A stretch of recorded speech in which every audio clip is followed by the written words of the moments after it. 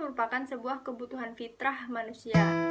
Naluri beragama merupakan fitrah sejak lahir, di samping naluri-naluri lainnya seperti untuk mempertahankan diri, mengembangkan keturunan. Maka agama merupakan naluri atau fitrah manusia yang dibawa sejak lahir. Oleh karena itu, menurut mereka, Tuhan yang mereka sembah memiliki kedudukan yang maha tinggi dan tidak dapat dijangkau oleh manusia yang rendah kedudukannya. Maka mereka merasa perlu untuk mencari perantara yang akan menjadi penghubung untuk menyampaikan keinginan dan permohonan mereka kepada Tuhan, walaupun mereka mengakui dan menyadari bahwa Tuhanlah yang memberikan segala-galanya kepada mereka tanpa perantara.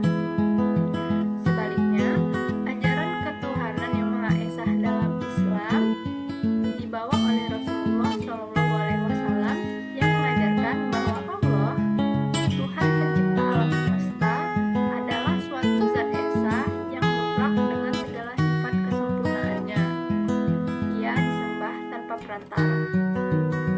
Yang kedua, kelemahan dan kekurangan manusia. Faktor lain yang melatar belakangi manusia memerlukan agama adalah karena di samping manusia memiliki berbagai kesempurnaan, masih juga memiliki kekurangan. Hal ini diungkapkan oleh kata an-nafs. Menurut Quraisy Shihab, bahwa dalam pandangan Al-Quran, nafsu diciptakan Allah dalam keadaan sempurna yang berfungsi menampung serta mendorong manusia berbuat kebaikan dan keburukan. Dan karena itu, sisi dalam manusia inilah yang oleh Al-Quran dianjurkan untuk diberi perhatian lebih besar. Yang terakhir, ada tantangan manusia. Faktor lain ini adalah karena manusia dalam menghadapi berbagai tantangan, baik yang dari dalam maupun dari luar. Contoh tantangan dari dalam yaitu hawa nafsu dan bisikan setan, sedangkan tantangan dari luar itu berupa rekayasa dan upaya-upaya yang dilakukan manusia yang secara sengaja ingin memalingkan manusia dari Tuhannya. Seperti yang tertera dalam Al-Quran, surat Al-Anfal ayat 36, yang artinya, sesungguhnya orang-orang kafir itu menafkahkan harta mereka untuk menghalangi orang dari jalan Allah.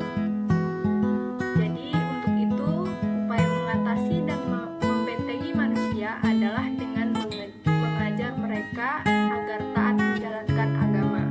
Godaan dan tantangan hidup demikian itu saat ini semakin meningkat.